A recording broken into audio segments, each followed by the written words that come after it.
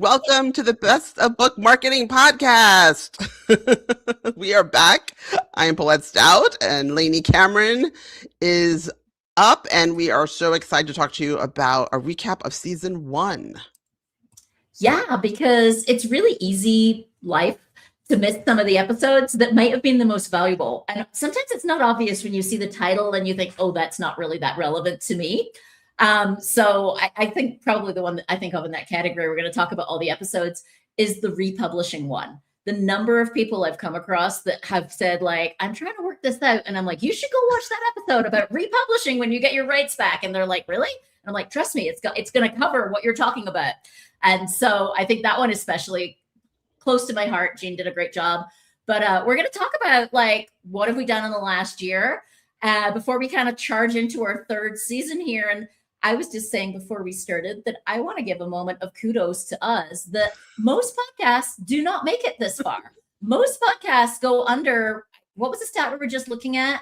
I think it was 3 episodes. Yeah, 3 episodes. Like 99% of podcasts don't make it to episode 20.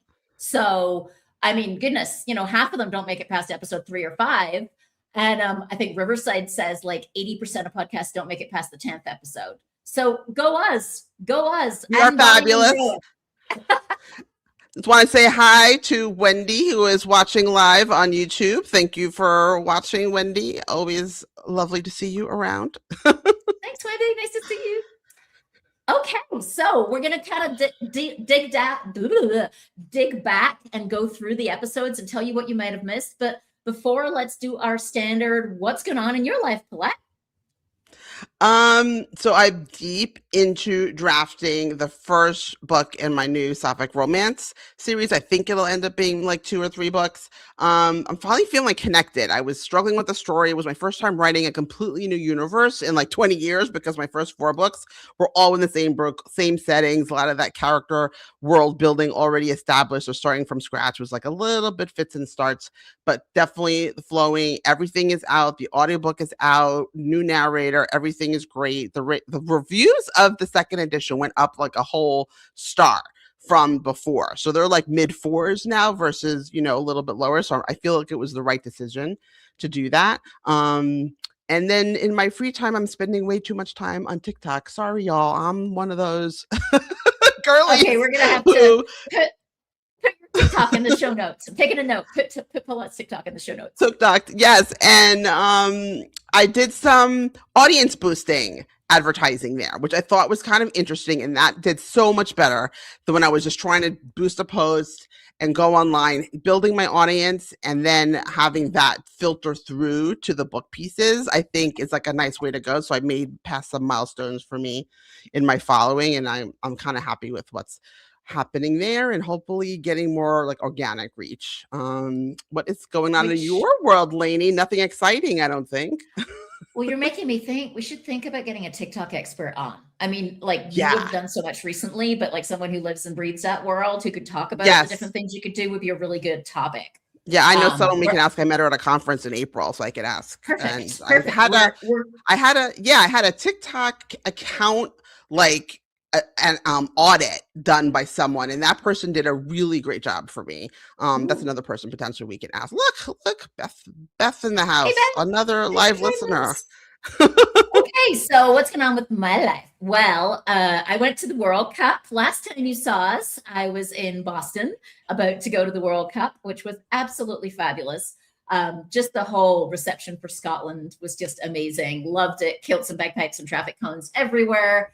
And it actually gave me an idea, which is going to be my 3rd book, which is going to be all around the World Cup in Boston. And the Scots coming to the US for the World Cup. And it's going to have the character going back to Scotland. It's going to be awesome. I'm very excited about it. So once I get through this next phase here, I will be starting to write my first draft of my 3rd book, which was inspired by that experience. And most importantly, I have been totally hibernating while I get my revisions done for my agent on my 2nd book. So I shared that I signed with an agent back in June. Was that June, I think? Back in May, June timeframe, and got a bunch of edits, nothing too huge, but small things, some extra scenes. And so I've been working on those edits since I got back from my beautiful World Cup trip. and I just sent them all off. I feel so relieved. It's done. It's in my agent's hands, and we have our query letter to go out in submission. I have revised comps, so very excited. It's going to be my first time through the submission process, so I'm just going to look at it as a learning, interesting process. I hear it's kind of stressful, but I'm sure it's going to be fine. And let's see, I'm about to travel in another week. I'm off to Scotland for a family wedding, which will be lovely. Maybe my cousins can coach me on how to write a Scottish accent correctly, which is very hard because you can't actually write it in Scots or nobody would understand anything in the book.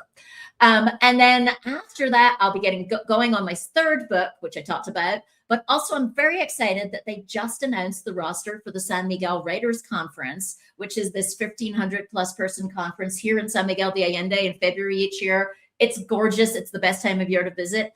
And I'm teaching a 3-hour workshop on building your successful book launch plan on the Saturday. So if you're working on building your book launch, it's actually a great way to get my expertise for a very reasonable cost because it's part of the conference. And so it's not like getting me one-on-one for 3 hours, except you are getting me for 3 hours. So it's going to be really fun. We're going to actually build a plan for those who are in the workshop. Like we're going to build book launch plans.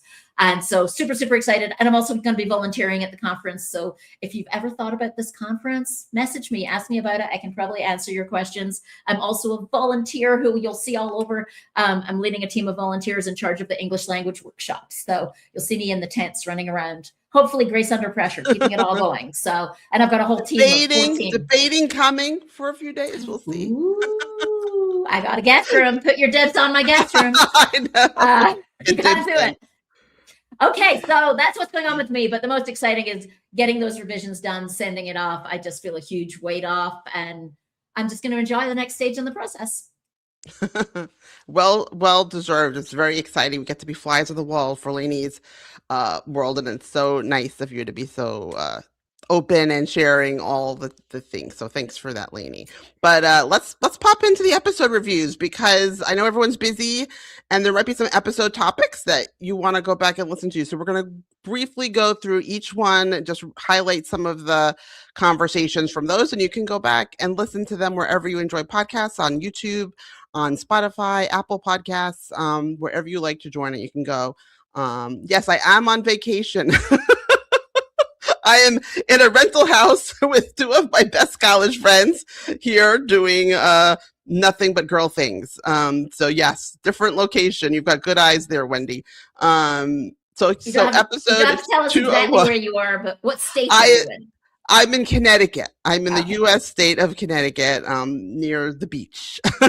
And we have a pool, and it's super awesome. And it's funny because last year when I was here, I was working on the second edition of my book. I just gave both of that to my girlfriends because this is the book I was writing when we were here last year, and here it is. You can hold it, you can read it and stuff. So yes, so episode 201, going way back to the beginning of season 2, we did an episode on Facebook ads, and we had a guest, Heidi McIntyre, on, and she went through and talked through everything about Facebook ads. This is one of the most viewed episodes of our podcast so far. So if you're interested in Facebook ads, this is a good foundation. A lot has changed since last year. I'm not going to lie. The algorithms, I forget what the new algorithm's called, but a lot of it has changed. We're looking into getting a guest in and doing an update, but this is a great foundation episode if you want to go back and kind of get just the foundations of Facebook.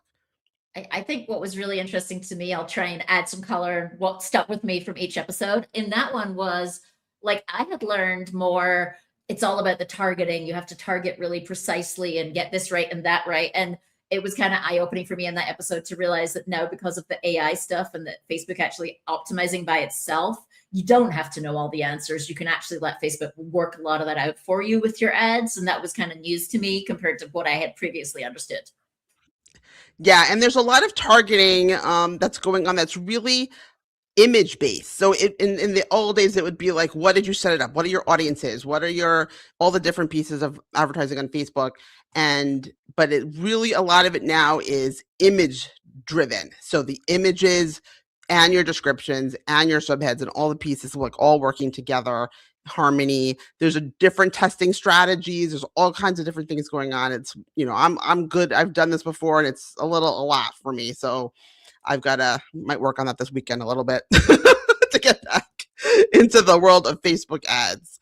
Well, talking of AI, the next episode was our AI episode, AI for Authors, and we kind of dove into all of how we use AI, how we don't use AI, prompting, and how you can use it for blurbs and social posts and marketing plans and book trailers and more.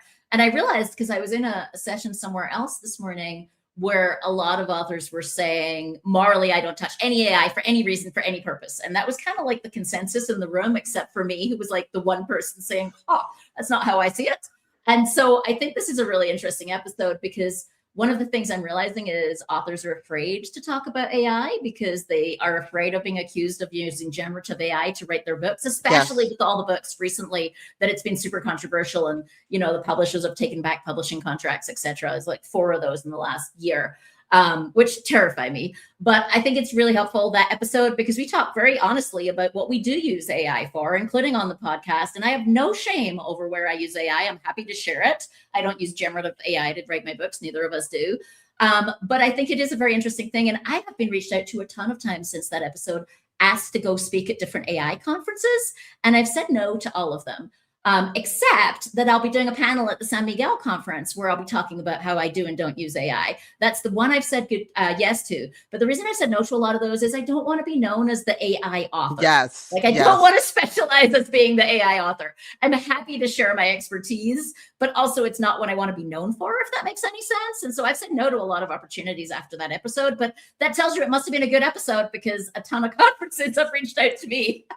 Yeah, and I think it was a really important episode for authors to listen to because of everything you just said.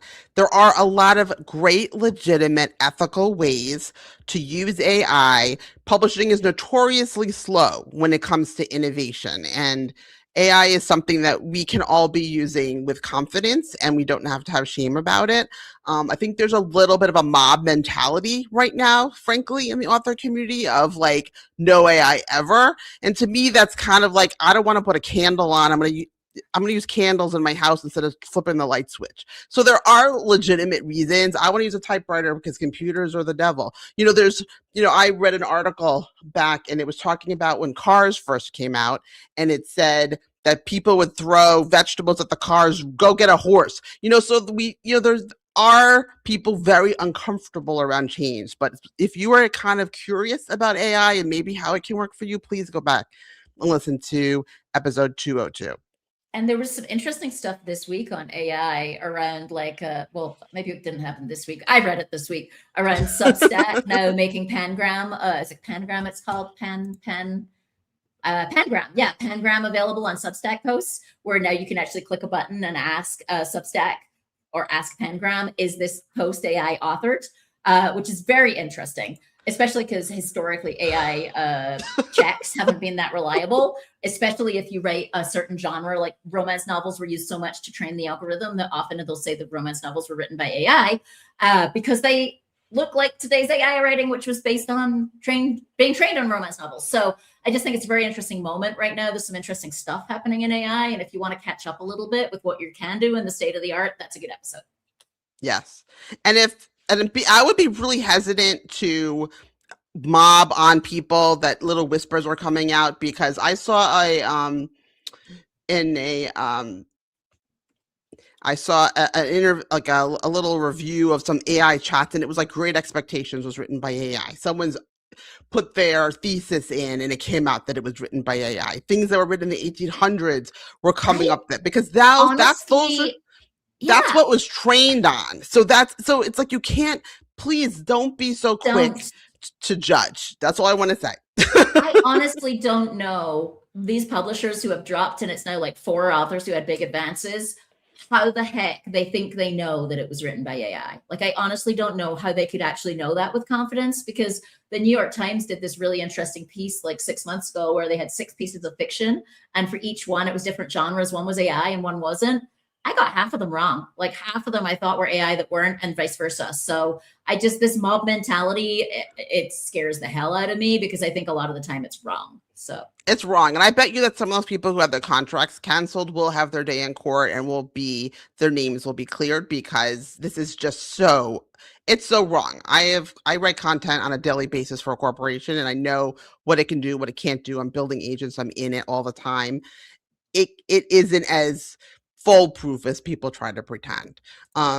Something that can also not be foolproof is Amazon ads. Episode 203, we had a expert of experts on, Janet Margot, who used to work at Amazon. So she was a great guest to talk about like the ins and outs of Amazon advertising. I can't remember. Have you done advertise? Did you have done any of that? I haven't been able to make it. It's funny. Sometimes I tell my students something and then I go test it myself just for the sheer heck of it. And I tell my students that with one book, it's going to be really hard to economically make Amazon ads work. Yeah. And then I went and tried it just for myself to prove myself correct. And it turns out, yes, it's very hard with one book to make it make sense economically. But I learned a ton in the process. I learned a ton from this episode. I learned a ton from testing about what did and didn't work for me. So I feel like I've gotten a good base of understanding, but I don't have enough in my kit bag as an author for it to make sense for me to seriously invest yet.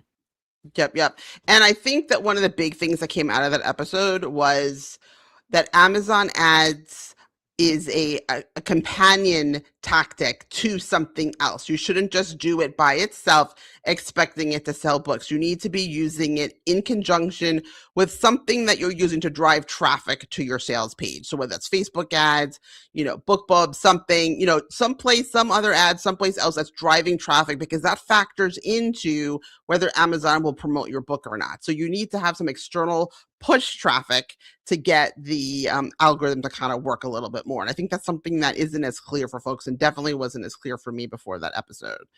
I also like the phrase that I think it was in that episode that we talked about Amazon ads being an accelerant, right? Yes. Yes. If you've already got your base right and it's working, then they can accelerate your progress. But if your base isn't right, you're accelerating nothing. So I thought that was an interesting way to look at it. 0 times 0 is 0.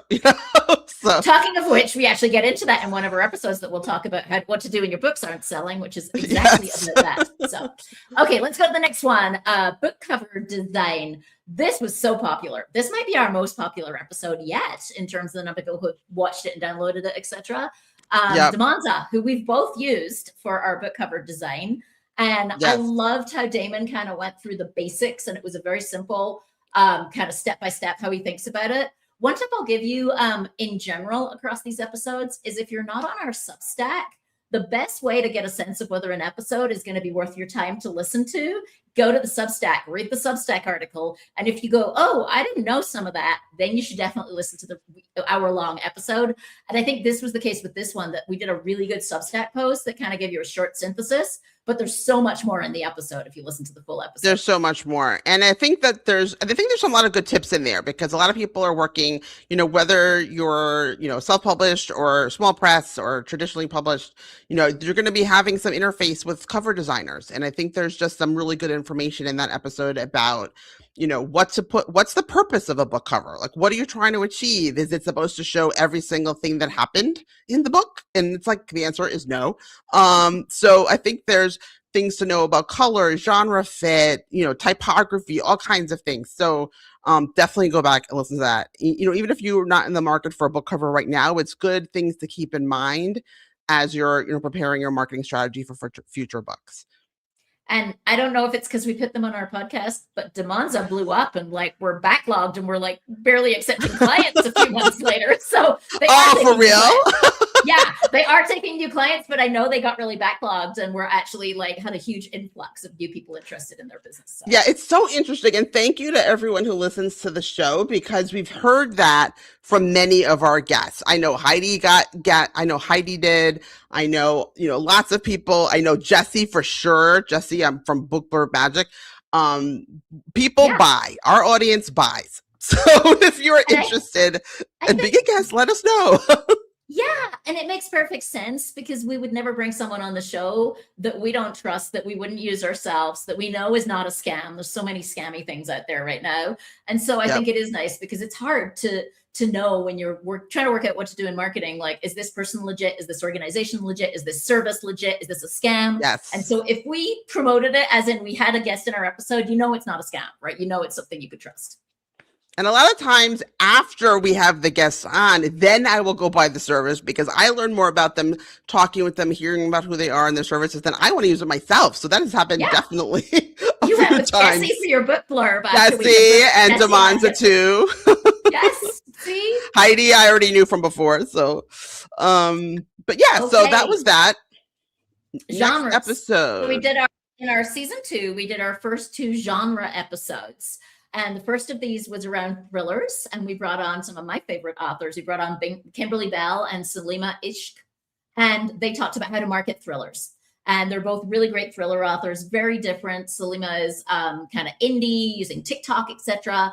Kimberly is traditionally published, kind of more on the Instagram, Bookstagram side. But it was so interesting to hear their take on what has and hasn't worked for them. And they were very honest about things that they're like, yeah, I tried this and it didn't really work for me, versus like what they find has really worked. And I love that community always comes up in every single one of these episodes when we get authors on, but they talked a lot about community and the power of community, but also about specific tactics that have worked for them in thriller marketing, which I thought that one was fascinating, not being a thriller author myself. I don't know if you had any takeaways from that episode.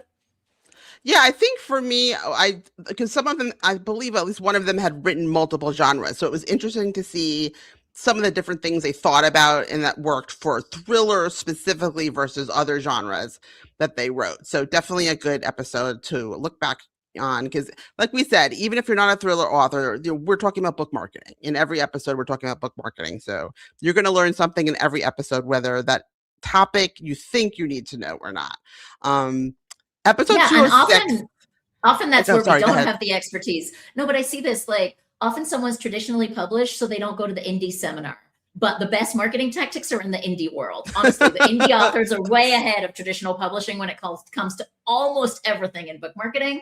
And so, like, don't put yourself in your box where you say, I'm traditionally published, so this indie stuff isn't relevant to me, or I'm writing women's fiction, so this thriller stuff isn't relevant to me. I find often the most interesting things for me where I learn something new is when I get out of my box and go listen to someone who's in a different world.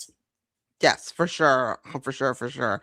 One episode that we did, I think back in December, episode 206, was about scams. Now, we in our author group just today, we have this little WhatsApp group that we do, another Lainey innovation, talking about our latest scams that we're getting, phone calls and emails. And so this episode was so timely and important. So if you're getting things, you're not sure what's real, what's not real, that's a great episode to listen to kind of help you identify what might be a scam and what might be legit. No, you're not going to get movie producers emailing you about, we loved your book, with a Gmail address, strangeness. If they can't tell you the title of the book, it's pretty clear that this is they don't mean this for you. I had coffee with someone yesterday who, when they realized that I help people with marketing, was like, okay, I've been talking to this guy and I can't quite tell if I should invest. And I'm like, tell me more about this conversation. And within 3 minutes, I'm like, I'm so sorry to tell you this is a scam. Like, close it down. You're not getting any of this. And the big advice I gave to her, we talk about this in this episode, was you need to get references from other authors, not the person that they sent you to because they reached out to you. So not the scammer's reference, not them saying, go talk to this person who's probably a made up person or pretending to be someone else. You need to go find someone you actually know and talk to them before you're going to feel comfortable using any kind of service. And this is just like again and again and again. These scammers are really freaking good. And they're really good. Sense of urgency. Yeah. And they're using real people names. And that's another thing that makes people feel like, oh, I keep getting emailed by someone and I go to the company's website. They are in fact a literary agent, but this person is not going to be emailing me from some strange Gmail address, and their agents are so inundated. They're not going to be doing cold emails in mass that sound like they're AI written. So great episode. If you feel like you're a little squeamish about what to trust, what not to trust, go back and listen to episode 206. Yes. And then I think we wanted to take a moment to say thank you to our sponsors. We didn't do a lot in terms of pursuing sponsors this year. I just didn't have time for it. But we had one outside sponsor, which was Lynn Golodner, who runs retreats. She runs writing classes. She has a monthly writing get together, and she also runs retreats. And she ran a beautiful retreat here in San Miguel de Allende, which I was very happy to be associated with. I actually got to go talk to them.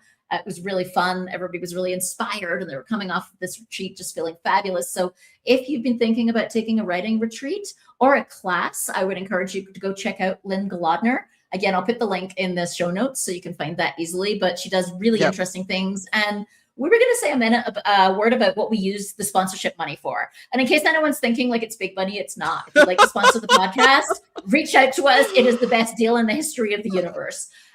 What do we use the very, very tiny amount of money that comes in for? Well, we have a website on Squarespace that we have to pay for. The price of that just went up. Actually, all the Squarespace prices just spiked badly. We use it for transcription services. We pay for a piece of software that transcribes the episode. So you get that nice AI generated transcription on the episode page, which means you can just read that if you don't want to listen to the whole episode.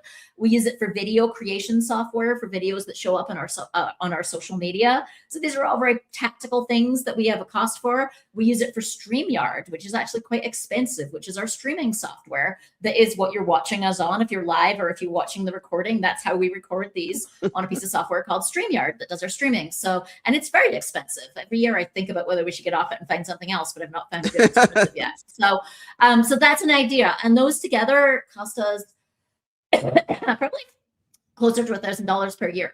And we get a few $100 from sponsorship. So the other sponsor is me. I pay for the rest. We pay for the rest. So I also, I get a benefit that I have my program for, excuse me. I have my program for authors where I help them build their book marketing plan. And people come to me because they've met me through the podcast and they feel like they can reach out to me. And I've had several people join because of the podcast. That's great. And I think so if you're interested in supporting the podcast in another way, we do have swag.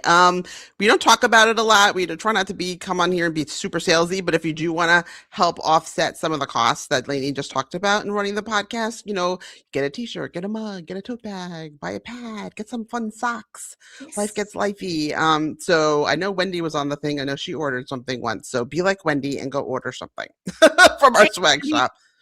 There she goes. Wendy loves her Life is Lifey shirt. I have mine now. I've been wearing it to write while I was revising. I've been alternating between that one and my Scotland shirt, my Sassy Lassie Scotland shirt, and my Life is Lifey shirt. Yes. Go back and forth each day. Really quickly, just to round off, I am doing author coaching again. So if you're interested in working with me, it's pretty much whatever you want help with, whether it's book marketing, crafts, platform building, social, anything. It's your time. You can use it as you want. So if you're interested in that, you can check that out on my website. So awesome. That's our I send a lot of people to Paulette, especially like if you're self-publishing and you haven't done it before, it can feel scary. Like you're afraid you're just going to get something wrong. I'm going to click the wrong button. I'm going to put it up in the wrong order on the wrong platform. And just having someone who can be there with you, who can actually like walk you through it and say, no, you're not making a mistake. Here's how we do it step by step. And Paulette does this beautifully. Thank you. Cool. Episode 207. Slow book sales. I think this is one of our all-time best episodes, and I credit you, Paulette, because you were the one who had the idea and who scoped this one out, and now you actually teach a class around it, which I think is phenomenal. Talk to us a little bit more. You take this one.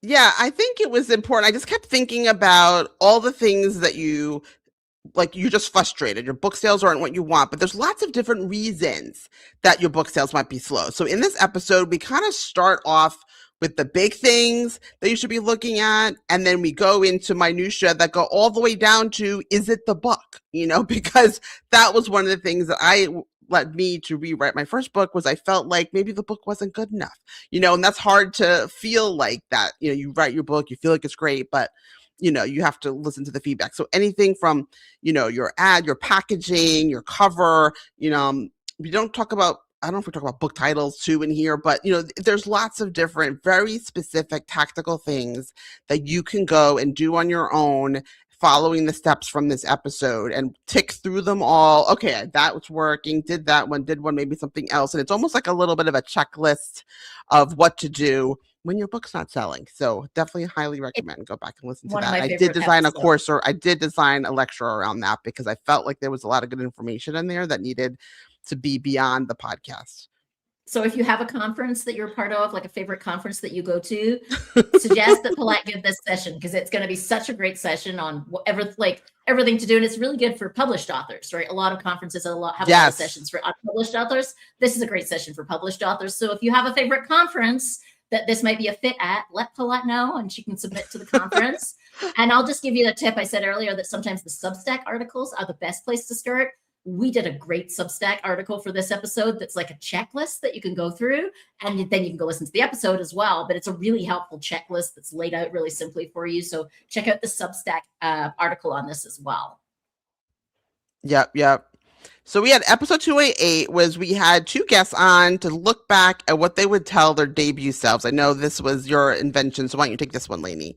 Sure. And both of these guests were people who had been through my program, my marketing program, and that's how I knew them. But I also knew that they had learned a ton as they went out into the world, and now they were on their second or third book. And so I wanted to invite them back because I worked with them on their first books. And so it was really interesting to see what they'd learned along the way. So we had Christine Gunderson, who became a best-selling author through Amazon. Her first book just went gangbusters. Her second book came out a few months ago. And Gabby Coatsworth, who has written both fiction, kind of ghostly fun fiction, as well as memoir. And so she's done the crossing genres thing in addition to having multiple books. And I just wanted to hear what they had learned and what they would do differently looking backwards from book 2 or 3 from where they were as a debut. And they had some really fun insights. I thought that was a really interesting, fun episode. And as with all our guests, they were super blunt and honest about what they would or wouldn't do again, which I love. Nobody comes on this show and gatekeeps. It's one of my favorite things. Yeah, it's very conversational. It's a great episode.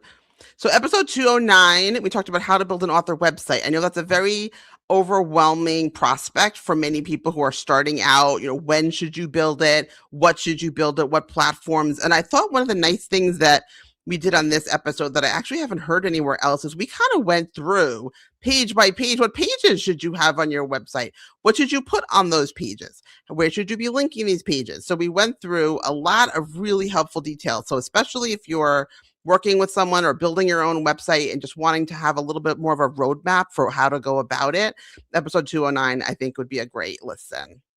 Yeah, absolutely. I've had a lot of people start out with that as they're trying to work out what to do with their website. We kind of take you through A to Z, everything you need to know.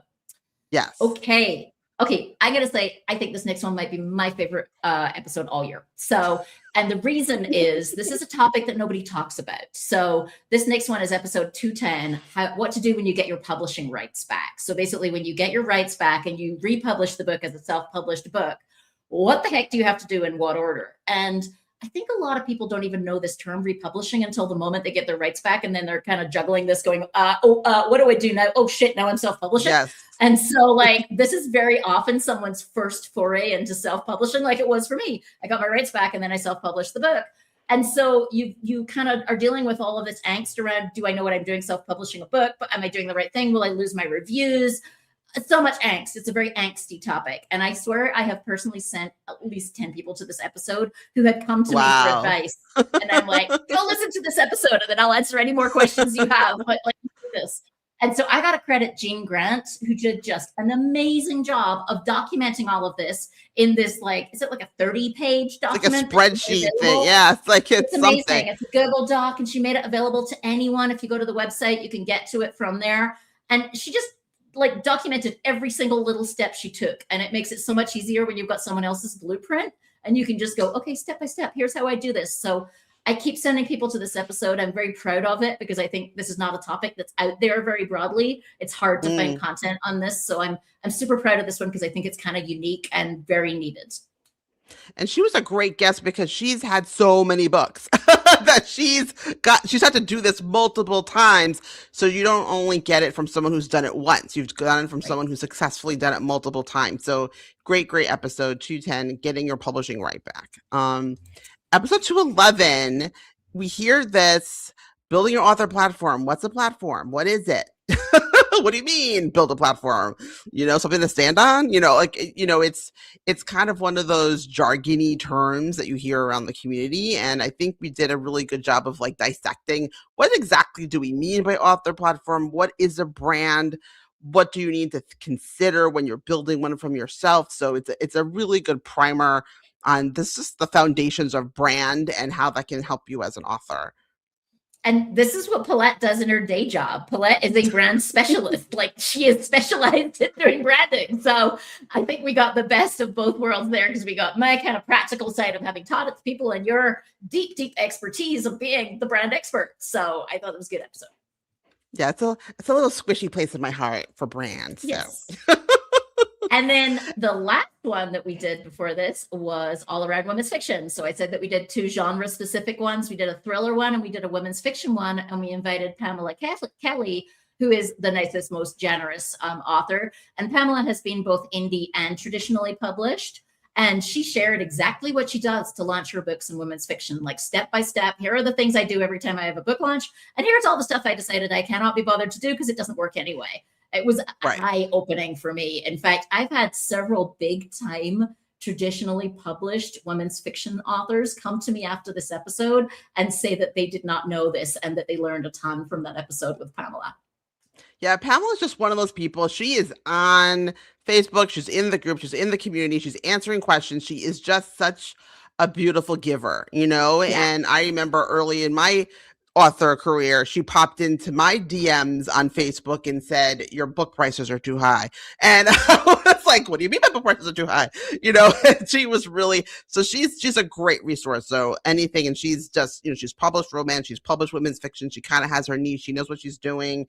You know, she's in that, you know, Elin Hilderbrand, like, you know, their books are all, you know, very beachy, and she knows what she's doing. So she's a great and mentor. She was using Amazon ads very, very cleverly. The way she talks about how she does Amazon ads, it's worth listening to. Like just the Amazon ads piece. If you're doing Amazon ads, if you thought this episode wasn't relevant because you're writing something else, literary fiction, thrillers, whatever, go listen to her talk about Amazon ads, because it was probably, other than our Amazon ads episode, the most insightful view of how you can make them work for you. Yes. So that is a recap of the 12 episodes from season 1.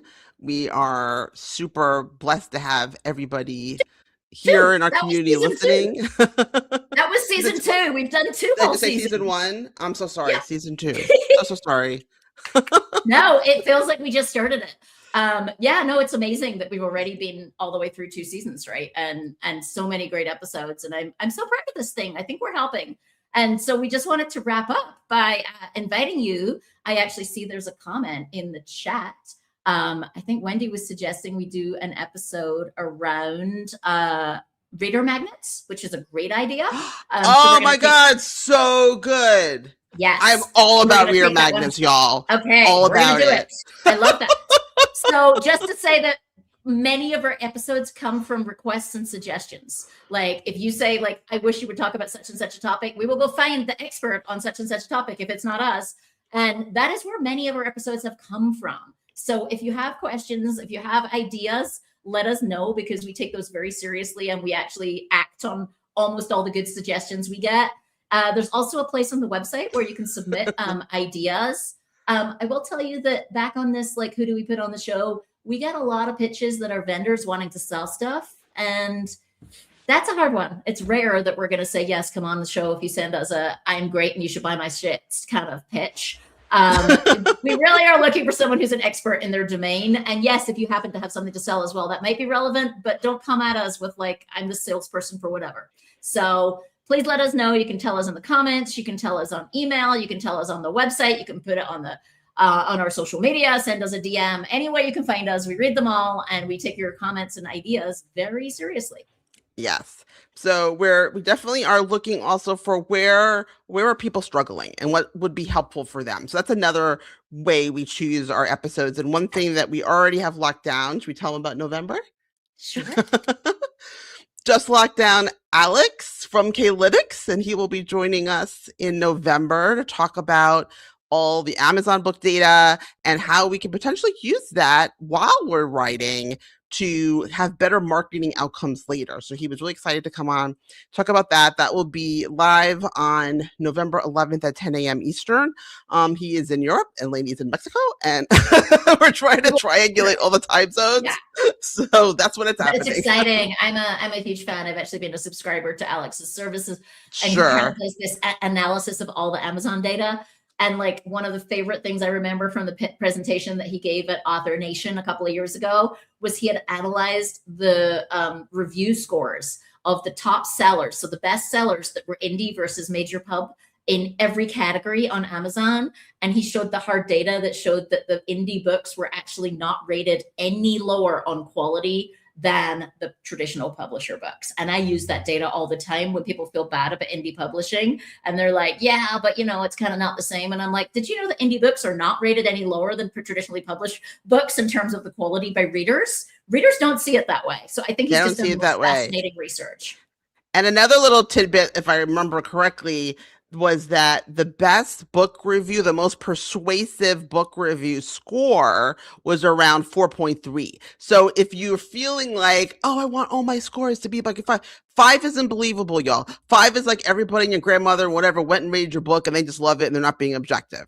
It's good to get some low scores. It's good to get some medium scores because you want to like balance it out and have like a nice breadth of who the book is for and who it is not for. So if you're in the low 4s, you're looking in the perfect sweet spot for book review scores. So just wanted to mention that a little bit. So yeah, so Alex does this great analysis of all the categories and what's happening and which categories are moving and which are, his analysis is great. So I'm really looking forward to that episode. I have so many questions for him. I know I do. And I was a little bit mean because I had just bought the report and I was like emailing with him like a customer service type of an email. And I'm like, hey, you want to come on the podcast? Come on.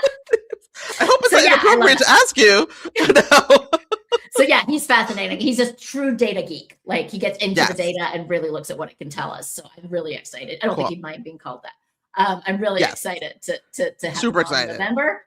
And obviously now we've got to go work out who we're going to have to do one on reader magnets. But if you've got other topics for us, let us know. Yes, could definitely do that. That could be one we could do. We'll have to see. Done a lot of reader magnets. Cool. Well, all right, everybody. Thank you for listening. Thank you to all of our listeners and watchers. And I know you find it valuable because you tell us, but keep telling us what works, what doesn't work. We take all your feedback so seriously. And I just want to say a huge vote of thanks to everybody who listens and watches. Thank you. And tell your friends, y'all. Send them episode links. Get them engaged. Thanks, everybody. Have a great one.